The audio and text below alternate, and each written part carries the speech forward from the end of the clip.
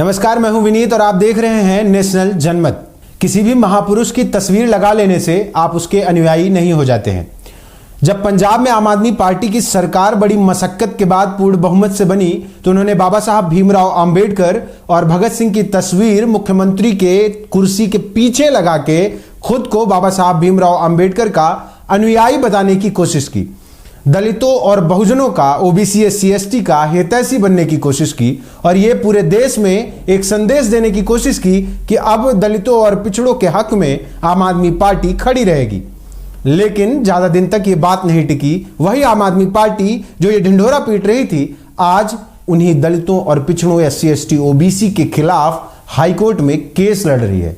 उन्हीं के आरक्षण को खा जाने के लिए वो राष्ट्रीय अनुसूचित आयोग के खिलाफ कोर्ट में अपने जवाब दे रही है और जवाब में कह रही है कि जिन लोगों की उन्हें जरूरत है, जिन पदों पर भर्तियां करनी है, उसके लायक ओबीसी एससी एसटी के लोग हैं ही नहीं, वो काबिल ही नहीं है।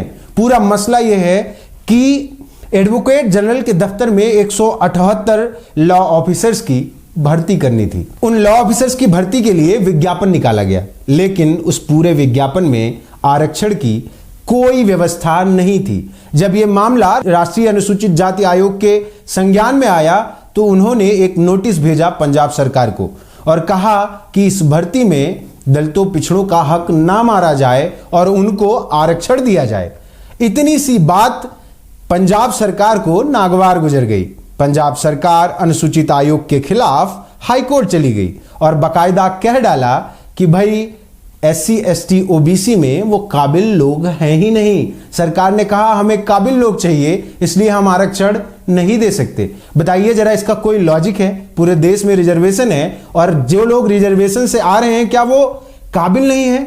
जो दलित पिछड़े वर्ग के लोग पढ़ लिख कर, मेहनत कर कर डिग्रियां ले रहे हैं, जो अपनी परिस्थितियों से लड़ रहे हैं, जो सामाजिक असमानताओं की जंजीर को तोड़कर आगे बढ़ना चाहते हैं, उनकी राह में सरकारें जब रोड़ा बनने लगे तो बड़ी तकलीफ की बात होती है।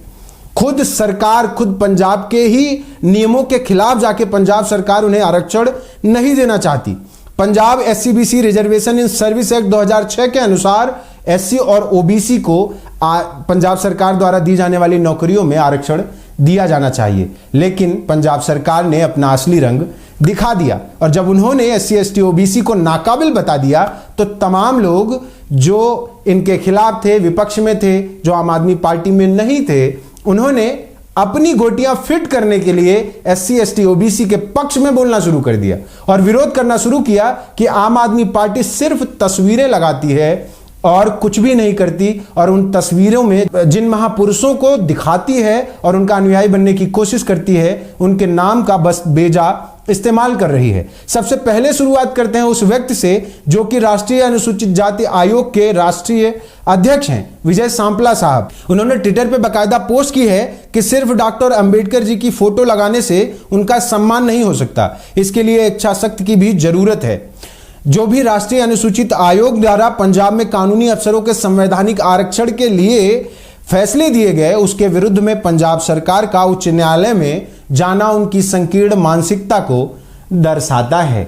बड़ी गौर करने वाली बात है। हम आपको बड़ी अच्छी बात बताते हैं कि जो साहब कह रहे हैं, जो विजय सांपला साहब कह रहे हैं, उसमें जरा झोल है। समझिए, उत्तर प्रदेश में, बिहार में और तमाम अन्य राज्यों में देश के जहां भाजपा की सरकार है, उसी भारतीय जनता पार्टी से कभी विजय सांपला साहब मंत्री हुआ करते थे। 2014 से 19 तक केंद्रीय मंत्री रह चुके हैं, लेकिन विजय सांपला साहब को यह बात कहने में जरा भी शर्म नहीं आई कि पंजाब सरकार दलितों और पिछड़ों का हक मार रही है। लेकिन विजय सांपला साहब की समर्थित सरकारें जहां हैं, जहां स्वयं उनकी पार्टी की सरकार है, वहां भी दलितों और पिछड़ों का हक मारा जा रहा है, उस पर उनको कुछ नहीं करना है। ऐसा ही कुछ कांग्रेस कर रही है, लगातार आम आदमी पार्टी का विरोध कर रही है। वैसे तो आम आदमी पार्टी बिल्कुल ही गलत है, जो कुछ भी किया इससे आम आदमी पार्टी की कलई खुल गई, उनका असली रंग सामने आ गया। लेकिन कांग्रेस जैसी पार्टियां न जाने किस मुंह से इस बात का विरोध कर रही हैं और दलितों पिछड़ों का विरोधी बताने की कोशिश कर रही है आम आदमी पार्टी को। आप बताइए जरा, कांग्रेस की सरकार छत्तीसगढ़ में है, राजस्थान में है, वहां भी लॉ ऑफिसर्स की भर्ती में कोई भी आरक्षण नहीं दिया जाता। यहां तक कि देश के किसी भी राज्य में लॉ ऑफिसर्स की भर्ती में कोई आरक्षण नहीं दिया जाता, जो कि SC ST OBC के लोगों को नाकाबिल मानने की वजह से नहीं दिया जाता। यह पंजाब सरकार ने हाईकोर्ट में कह के साबित कर दिया। यह तो रही सिर्फ भाजपा और कांग्रेस की बात। हम उन पार्टियों की बात भी कर लें जिन पार्टियों ने सिर्फ बाबा साहब भीमराव अंबेडकर की तस्वीरों का ही इस्तेमाल नहीं किया, उनके नाम पर तमाम साल कई राज्यों में शासन किया और आज भी कर रही हैं। उसका सबसे बड़ा उदाहरण मैं आपको दे देना चाहता हूं। उसका सबसे बड़ा उदाहरण है बिहार और उत्तर प्रदेश।